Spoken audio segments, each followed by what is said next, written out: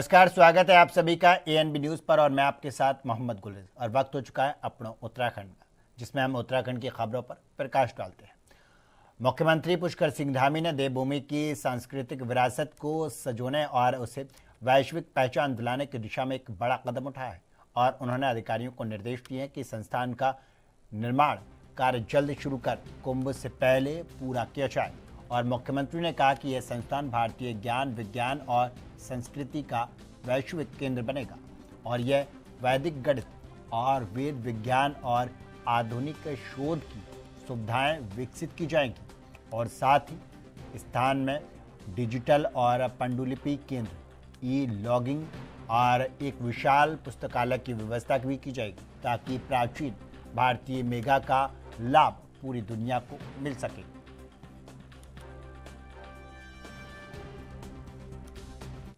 मुख्यमंत्री पुष्कर सिंह धामी ने देहरादून स्थित महाराणा प्रताप स्पोर्ट्स कॉलेज में महाद्री आइस रिंग की प्रथम वर्षगांठ कार्यक्रम में हिस्सा लिया और उन्होंने कहा कि इस देश की शान बताते हुए कहा कि करीब 8.5 करोड़ रुपए की लागत से इसकी जीर्णोद्धार के बाद यह राष्ट्रीय और अंतर्राष्ट्रीय खेल और प्रतियोगिताओं का प्रमुख केंद्र बन रहा है। और मुख्यमंत्री ने बताया कि राज्य में जल्द ही स्पोर्ट्स लेगेसी प्लान लागू किया जाएगा और इसके तहत 8 शहरों में 23 खेल एकेडमी खोले जाएंगे और साथ ही हल्द्वानी में खेल विश्वविद्यालय और लोहाहाट में महिला स्पोर्ट्स कॉलेज पर तेजी से काम चल रहा है और सरकार का उद्देश्य उत्तराखंड को खेलों का केंद्र बनाना है। और रुक करते हैं अगली खबर की ओर। तो पश्चिम बंगाल, असम और पुडुचेरी के चुनाव नतीजों के बाद देहरादून की राजनीति में हलचल तेज हो गई है और भाजपा मुख्यालय में यहां जीत का जश्न मनाया गया। वहीं कांग्रेस इस परिणामों को बदलाव का संकेत मान रही है और कांग्रेस प्रदेश अध्यक्ष गणेश गोदियाल ने कहा कि बदलाव लोकतंत्र का स्वाभाविक नियम है और इसके संकेत देश भर में दिख रहे हैं। उन्होंने कहा कि इसका असर उत्तराखंड की राजनीति पर भी पड़ सकता है, जबकि असम के नतीजों पर पार्टी मंथन करेगी।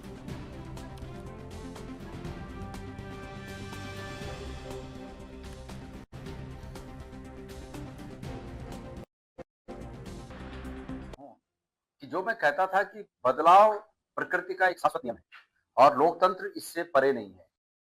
लोकतंत्र में भी बदलाव निश्चित है, होना है और यही हुआ है। सुदूर दक्षिण केरल में अगर बदलाव हो सकता है, 10 साल के शासन का अंत होकर एक नया शासन आ सकता है, तो हमारे इस उत्तर भारत के महत्वपूर्ण राज्य उत्तराखंड में भी मैं इसी आस के साथ इस रिजल्ट को देख रहा हूँ कि यहाँ भी बदलाव होगा। लेकिन बंगाल में अभी तक खाता भी नहीं खुला है। आप मानते हैं कि कांग्रेस बंगाल में देखिए तो जो स्थिति थी वो तो पहले से हम कहाँ कह रहे थे कि बंगाल में हम सरकार बना रहे हैं। हाँ, असम के बारे में जरूर है कि हमें असम के नतीजे उन पर गौर करना पड़ेगा, लेकिन बंगाल के बारे में तो हमने कभी कहा नहीं। बस हमारा वहाँ ये है कि भाई जो निर्भय हो उसे ही वो जो भी हानि लाभ होना है, तो इसलिए हमने उस पर बहुत ज्यादा हम प्रतिक्रिया उस पर देना नहीं चाहते। मैं समग्र रूप से इन अपवाद रूप में असम को छोड़कर बाकी के 4 राज्यों में हुए चुनाव के परिणामों से जो रुझान आ रहे हैं उससे इस रूप में संतुष्ट हूं कि बदलाव प्रकृति का नियम है और अगर सुदूर दक्षिण के केरल में बदलाव हो सकता है तो हमारे इस महत्वपूर्ण राज्य उत्तराखंड में भी बदलाव होगा। उत्तराखंड के 2027 चुनाव में अभी समय है, लेकिन काली डूंगी विधानसभा सीट पर बीजेपी के भीतर घमासान शुरू हो गया है और वर्तमान विधायक वंशीधर भगत ने साफ कर दिया कि वो फिर से चुनाव लड़ेंगे या अपने बेटे विकास भगत को दावेदार बनाएंगे। वहीं हल्द्वानी के मेयर गजराज बिष्ट ने ताल ठोंकते हुए मजबूत दावेदारी पेश कर दी और एक ही सीट पर कई बड़े चेहरों सेक्रेटरी ने पार्टी के लिए एक अनाथ 100 बीमार वाली स्थिति पैदा कर दी और जिससे आने वाले दिनों में सियासी पारा और चढ़ने तय है।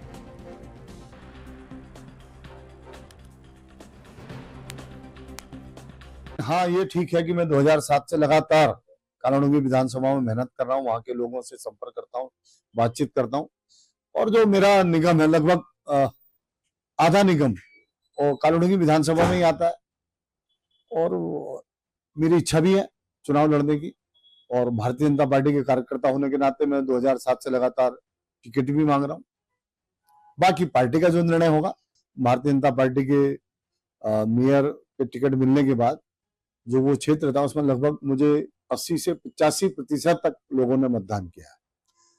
और इसका सीधा अर्थ है कि भारतीय जनता पार्टी वहां बहुत मजबूत है और बीजेपी का जो वोट बैंक है बहुत अच्छा वोट बैंक वहां पर है, इसमें कोई दो राय नहीं है। और इसी कारण से लगातार हम कालोनी विधानसभा को भारतीय जनता पार्टी की विधानसभा हम कहते हैं लगातार उसे, और जीतते भी आ रहे हैं। हाँ, लगातार काम तो कर रहे हैं, लोगों के बीच में जा रहे हैं, लोगों का काम कर रहे हैं, विश्वास हासिल कर रहे हैं। दावेदारी के आधार तो बहुत सारे हैं। दावेदारी क्या, मैं लगातार टिकट वहां से मांग रहा हूँ। दावेदारी के आधार कई हैं। मैं भारतीय जनता पार्टी का सिपाही हूँ, कार्यकर्ता रहा हूँ और लगातार बीजेपी के लिए काम किया है। जहां एक तरफ 2027 विधानसभा चुनाव उत्तराखंड में नजदीक है, तो वहीं इसको लेकर के अब तमाम तरीके से उत्तराखंड के सभी विधानसभाओं में दावेदार लोगों के सामने आने लगे हैं। मैं बात कर रहा हूँ कालोनी की विधानसभा सीट की, जहां इस वक्त एक अनार 100 बीमार की स्थिति दिखाई दे रही है। और एक सबसे बड़ी खबर कालोनी से यही सामने आ रही है कि जो हल्द्वानी नगर निगम क्षेत्र के मेयर है गजराज बिष्ट, उन्होंने भी कालोनी विधानसभा सीट से अपनी मजबूत दावेदारी पेश की है। Amit Chaudhary, ANB news, Kaladhungi.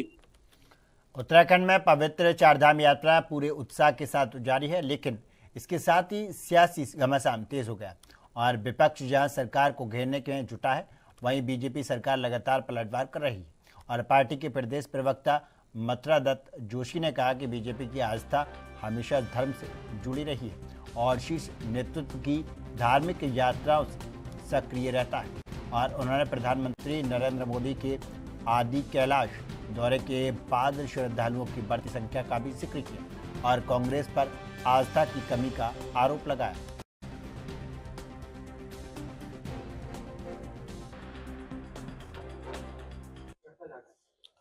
देखिए, भारतीय जनता पार्टी तो हर हमेशा धर्म में विश्वास रहा है और भारतीय जनता पार्टी का शीर्ष नेतृत्व हर हमेशा हमारे चार धामों के दर्शन करने के लिए गया है।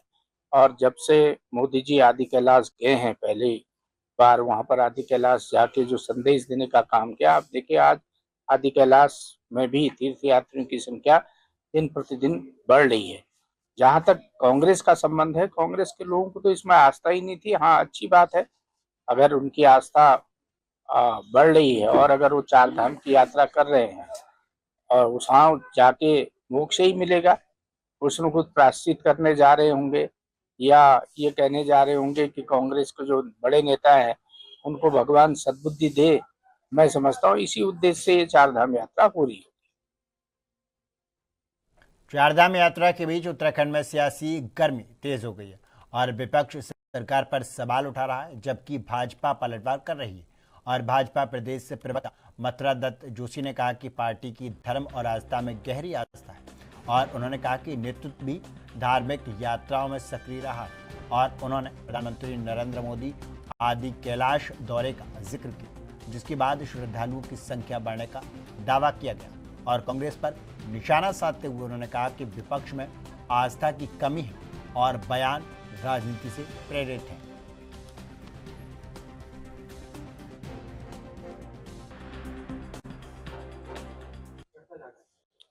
देखिए, भारतीय जनता पार्टी तो हर हमेशा धर्म में विश्वास रहा है और भारतीय जनता पार्टी का शीर्ष नेतृत्व हर हमेशा हमारे चार धामों के दर्शन करने के लिए गया है। और जब से मोदी जी आदि कैलाश गए हैं, पहली बार वहां पर आदि कैलाश जाके जो संदेश देने का काम किया, आप देखिए आज आदि कैलाश में भी तीर्थ यात्रियों की संख्या दिन प्रतिदिन बढ़ रही है। जहां तक कांग्रेस का संबंध है, कांग्रेस के लोगों को तो इसमें आस्था ही नहीं थी। हाँ, अच्छी बात है अगर उनकी आस्था बढ़ रही है और अगर वो चार धाम की यात्रा कर रहे हैं और वहां जाके मोक्ष ही मिलेगा, कुछ न कुछ प्रायश्चित करने जा रहे होंगे या ये कहने जा रहे होंगे कि कांग्रेस के जो बड़े नेता हैं उनको भगवान सद्बुद्धि दे। मैं उत्तराखंड में 8 मई तक मौसम खराब रहने का अलर्ट जारी किया गया है और मौसम विभाग केंद्र के अनुसार कई जिलों में ओलावृष्टि और तेज आंधी की संभावना जताई गई है। वहीं पर्वतीय क्षेत्रों में बारिश के साथ 40 से 50 किलोमीटर प्रति घंटा की रफ्तार से तेज हवाएं चल सकती हैं। विभाग ने लोगों को अलर्ट रहने का सलाह दी है और मौसम विभाग के मुताबिक 8 मई के बाद मौसम में सुधार होगा और अधिकतर इलाकों में मौसम शुष्क रहने की संभावना है और लोगों से सावधानी बरतने की अपील है। उत्तराखंड के जो पर्वतीय क्षेत्र हैं वहां पर 6 और 7 तारीख को भी गर्जन के साथ वर्षा, आकाशीय बिजली चमकने और झोंकेदार हवाएं चलने की संभावना है, जिनकी गति 40 किलोमीटर प्रति घंटा तक हो सकती है। उसके बाद 8 तारीख से जो है एक्टिविटी कम हो जाएगी। 8-9 में जो है 10 तारीख में उत्तराखंड में कुछ स्थानों पे कहीं कहीं जो है बहुत हल्की से हल्की वर्षा मिल सकती है, जबकि अन्य स्थानों पे मौसम शुष्क रहेगा। तापमान की बात करें तो अधिकतम तापमान इस समय जो है उत्तराखंड में सभी जगह सामान्य से कम चल रहे हैं, मैदानी और पर्वतीय क्षेत्रों में।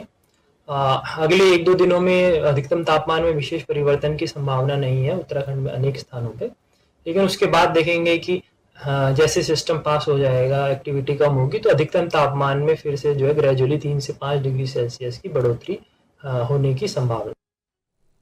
उत्तराखंड के खटीमा में अग्निपथ योजना के खिलाफ कांग्रेस का हल्ला बोल जारी है और हस्ताक्षर यात्रा के चौथे चरण के दौरान पूर्व सैनिक और विभाग के प्रदेश अध्यक्ष कर्नल राम रतन नेगी ने हुंकार भरी और प्रेस वार्ता को संबोधित करते हुए उन्होंने स्पष्ट किया कि अग्निवीर योजना युवाओं के भविष्य के साथ सरासर अन्याय है और कर्नल नेगी ने आरोप लगाया कि इस योजना से रोजगार की स्थिरता खत्म हो गई और उन्होंने सेना में पुरानी भर्ती प्रक्रिया को तुरंत बहाल करने की मांग करते हुए चेतावनी दी कि अगर यह आंदोलन वापसी तक जारी रहेगी।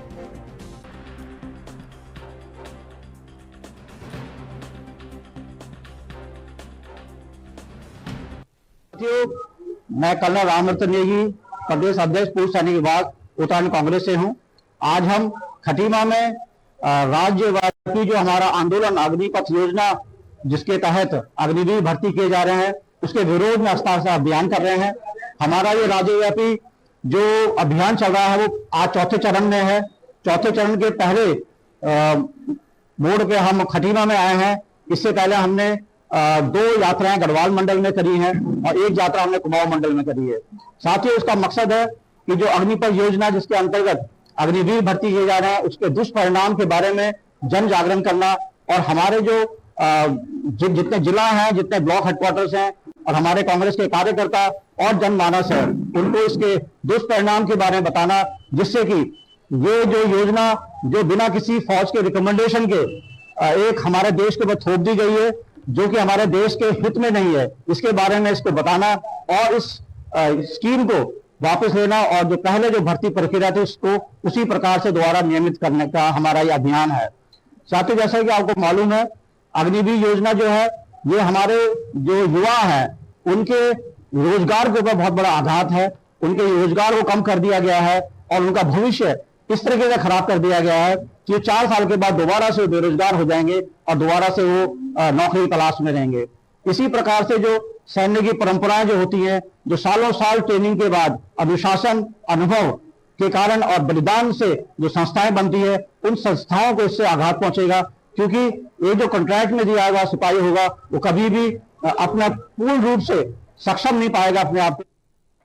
और मिलते एक छोटे से ब्रेक के बाद ब्रेक के उस पार भी खबरों का सिलसिला जारी रहेगा।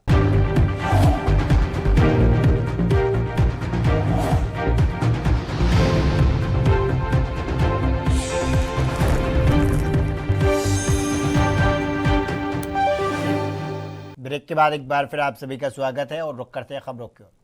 चारधाम यात्रा में श्रद्धालुओं की बढ़ती संख्या के बीच आपदा प्रबंधन विभाग ने सतर्कता की अपील की और आपदा प्रबंधन सचिव विनोद कुमार सुमन ने यात्रियों से कहा कि सभी श्रद्धालु सचेत ऐप जरूर डाउनलोड करें ताकि मौसम और संभावित खतरों की समय पर जानकारी मिल सके और उन्होंने पहाड़ी मार्गों पर सावधानी से वाहन चलाने और खराब मौसम में यात्रा टालने और नदियों नालों के पास न जाने की सलाह दी और साथ ही खतरनाक स्थानों पर सेल्फी लेने से बचने की अपील भी की गई है और ताकि यात्री सुरक्षित बनी रहे।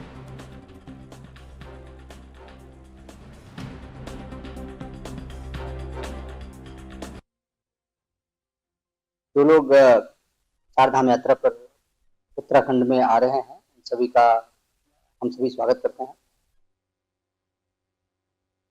चार धाम यात्रा में जो लोग आ रहे हैं उनसे मेरा पहला रिक्वेस्ट रहेगा कि सचेत ऐप डाउनलोड कर लें।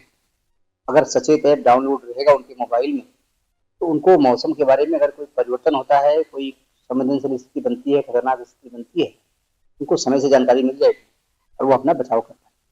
नंबर 1। नंबर 2, पहाड़ी क्षेत्र में यात्रा करते समय अगर वो अपनी गति पर नियंत्रण रखें, सामान्य गति से चलें और अलर्ट होकर चलें तो किसी प्रकार के खतरे की कोई संभावना होती नहीं है। अपना किसी प्रकार खतरा होने पर बचाव कर सकते हैं। जब मौसम खराब हो, बरसात हो रही हो, विशेषकर पहाड़ी मार्ग में यात्रा करते समय, तो उसमें यात्रा न करें। सुरक्षित स्थान पर कहीं रह लें। जहाँ पानी के गड्ढे हैं, पानी के नाले हैं, उन स्थान पर जाने से बचें। नदी में कई जगह सूखा नदी होती है, टापू टाइप के होते हैं, वहां जाके लोग फोटो खिंचाते हैं, डांस करते हैं, तमाम चीजें करते हैं और ऐसे में पानी का लेवल एकाएक बढ़ जाता है तो उनका जीवन। प्रदेश में बदलते मौसम ने किसानों की चिंता बढ़ा दी और बारिश और ओलावृष्टि से तेज हवाएं, आंधी तूफान से फसलों की भारी नुकसान पहुंचा है। हालांकि जायजा लेने पहुंचे कृषि और कृषक कल्याण मंत्री गणेश जोशी ने राहत का भरोसा दिया और उन्होंने कहा कि जिन क्षेत्रों में फसल बीमा लागू है वहां बीमा कंपनियों के माध्यम से सहायता दी जाएगी। वहीं 33% से अधिक नुकसान वाले इलाकों में आपदा मानकों के तहत केंद्र सरकार से मुआवजा मिलेगा और फिलहाल नुकसान का सर्वे जारी है और सरकार हर संभव मदद का आश्वासन दे रही है।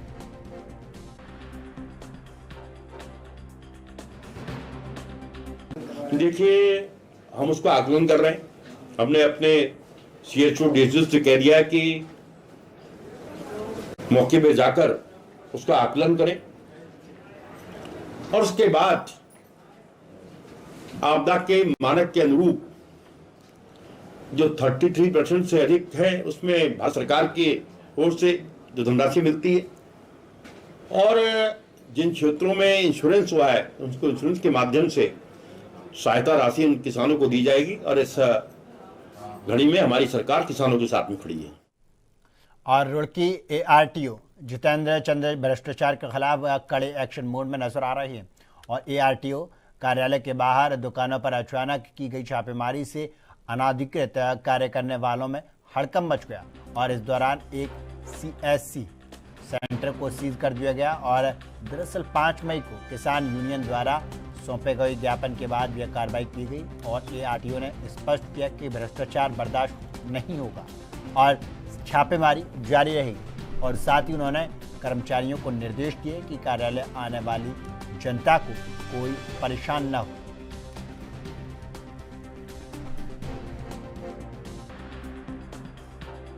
जाएगा एंड अगर वो ड्यू प्रोसेस में मौके में उनको वो अपना संतुष्टि हमको कर पाएंगे तो उनके डॉक्यूमेंट्स हम वापस कर पाएंगे। लेकिन मैं ये भी बताना चाहूंगा कि ये अब छापेमारी सिर्फ ये नहीं कि आज का पॉइंट है, ये मैंने आप लोगों को भी आश्वासन दिया और मैं आपके माध्यम से मैं जनता को भी बताना चाहता हूँ कि ये हर हफ्ते होएगा ये और हम लोग की एक पैनी नजर रहेगी इस पे एंड कोई भी अगर ये चाहे हमारे ऑफिस के बगल में हो या आमने सामने हो तो इस पे वो उन लोग को भी समझाना चाहिए कि यहाँ पे अब नहीं होगा। इसी के क्रम में हम लोगों ने एक चीज और भी कर दी है अपने ऑफिस में, कोई भी व्यक्ति अब जो बाहर से आ रहा है उसकी पहले नोटिंग होगी रजिस्टर में कि वो किस काम से आ रहा है, उसकी रजिस्टर में नोटिंग होगी कि आप अगर आपका अधिकृत काम है या आपका अपना काम है या आपके अब किसी प्रतिनिधि का काम है जिसके द्वारा आपको संस्तुति मिल रखी है तभी उसको अंदर आने का मौका मिलेगा। पब्लिक के लिए कभी ऑफिस बंद नहीं है। अगर कोई जेन्युइन दिक्कत है। देहरादून के कावली रोड पर एक दर्दनाक सड़क हादसा हुआ और इस एक लोडेड ट्रक की चपेट में आने से 50 वर्षीय दिहाड़ी मजदूर सकल देव साहनी की मौके पर ही मौत हो गई और हादसे के बाद ट्रक चालक वाहन लेकर फरार हो गया और घटना की सूचना मिलते ही पुलिस मौके पर पहुंची और शव को कब्जे में लेकर पोस्टमार्टम के लिए भेज दिया और पुलिस ने अज्ञात ट्रक चालक के खिलाफ मामला दर्ज कर लिया और उसकी तलाश शुरू कर दी और आसपास लगे CCTV कैमरों की जांच की जा रही है और इस हादसे के बाद इलाके में हड़कंप मच गई और स्थानीय लोगों ने भारी वाहनों की तेज रफ्तार पर रोक लगाने की मांग की है।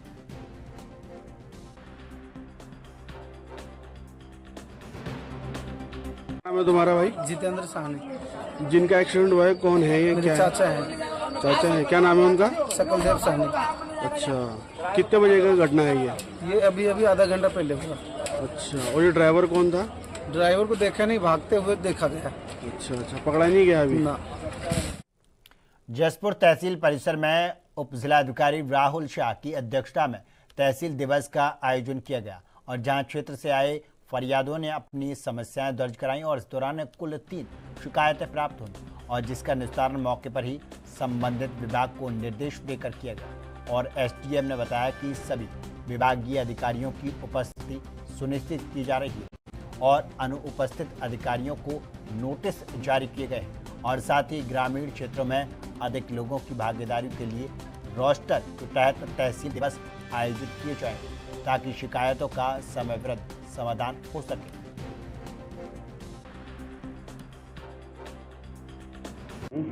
पहले मंगलवार के दृष्टिगत तो तहसील दिवस आयोजित किया गया था जिसमें सभी विभागों को इसमें बुलाया गया था। सभी विभाग के इसमें अधिकारी उपस्थित थे। जो विभाग उपस्थित थे उन सभी को यहाँ से नोटिस जारी किया जा रहा है ताकि वो अपने सभी तहसील दिवस कार्यक्रम में उपस्थित रहें। इसके अतिरिक्त तहसील दिवस में आज 3 प्रकरण प्राप्त हुए हैं जिसमें सब तीनों प्रकरणों में तत्काल निस्तारण के निर्देश मौके पर ही दे दिए गए हैं। इसके अलावा भविष्य में तहसील दिवस में अधिक से अधिक लोग प्रतिभाग कर सकें, इसके दृष्टिगत कोशिश ये की जाएगी कि तहसील दिवस अन्य स्थानों पर जो कि हमारे तहसील के अन्य स्थान हैं ग्रामीण क्षेत्र है वहाँ पे भी। उत्तराखंड के खटीमा में जन समस्याओं के समाधान के लिए तहसील दिवस का आयोजन किया गया और ब्लॉक सभागार में जिलाधिकारी नितिन सिंह भदौरिया की अध्यक्षता में हुई इस सुनवाई में कुल 92 शिकायतें दर्ज की गई और डीएम ने तत्परता दिखाते हुए 22 मामलों का मौके पर ही निस्तारण कर दिया और इस दौरान सड़क, बिजली, पानी और राशन जैसे कई गंभीर मुद्दों पर चर्चा हुई। जिलाधिकारी ने अधिकारियों को निर्देश देते हुए शेष समस्याओं का समाधान तय समय सीमा के भीतर समन्वय बनाकर किया जाए और ताकि जनता को राहत मिल सके।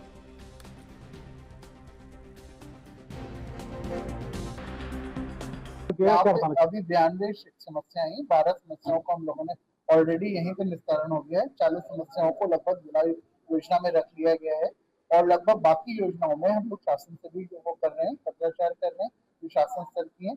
इसके अलावा ये भी देखा जा रहा है कि जो शिकायतें मौके पर निस्तारण हो सकती है, मौके पर निस्तारण करने के लिए कल एसडीएम शिवपुर बिछवा गाँव का विजिट भी करेंगे। तो इस हिसाब से कोशिश ये की जा रही है कि जब सारे जो एजेंसी है, जिला पंचायत, नगर पालिका खटीमा और जिला प्रशासन के माध्यम से जो भी शिकायतें हैं उनका तुरंत 3 महीने में हम लोग निराकरण कर सकें और कहीं ना कहीं इन योजनाओं के लिए जो वित्त पोषण की भी जो स्थिति होगी उसको भी हम लोगों के द्वारा इसमें जिला प्लान या कहीं अन्य जो हमारे निधियां होती हैं उनके माध्यम से भी पूर्ण कराया जाएगा।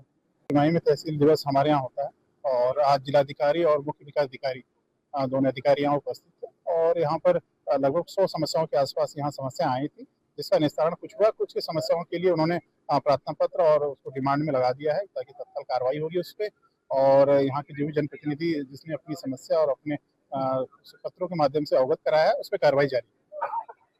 तो माननीय मुख्यमंत्री जी के दिशा निर्देशानुसार लगातार इस तरीके का कार्यक्रम आयोजित किए जा रहे हैं। इससे पूर्व में आपने देखा होगा कि जन जन की सरकार जन जन के द्वार कार्यक्रम भी चला और ये तहसील दिवस आप पूर्व से ही संचालित है। तो ये स्पष्ट आदेश है माननीय मुख्यमंत्री जी के कि जो भी समस्या है स्थानीय स्तर पे लोगों की वो वहां पे जाकर के निपटाई जाए। तो इसी क्रम में आज ये तहसील दिवस का आयोजन हुआ और इसमें तमाम जो समस्याएं आई 100 के लगभग समस्याएं आई थी उनका काफी हद तक निस्तारण किया गया है और कुछ जो समस्या है वो उनको आगे भी करा जाएगा। आज जिसमें हमारे जिला पंचायत के अध्यक्ष भी मौजूद थे, हम लोगों भी नगर पालिका के द्वारा भी जो भी विकास के काम माननीय मुख्यमंत्री द्वारा निर्देशित किए जा रहा है वो लगातार काम किए जा रहे हैं और आपको लगेगा कुछ समय बाद ही आपको ये दिखाई दे जाएगा कि खटीमा विकास की ओर आदर्श खटीमा की जो परिकल्पना हम सब लोग करते आ रहे हैं वो खटीमा भी आपको आदर्श खटीमा के रूप में दिखाई देगा। सच और फिलहाल के लिए इस बुलेटिन में बस इतना ही। देश दुनिया के तमाम खबरों के लिए देखते रहिए ANB न्यूज़। नमस्कार।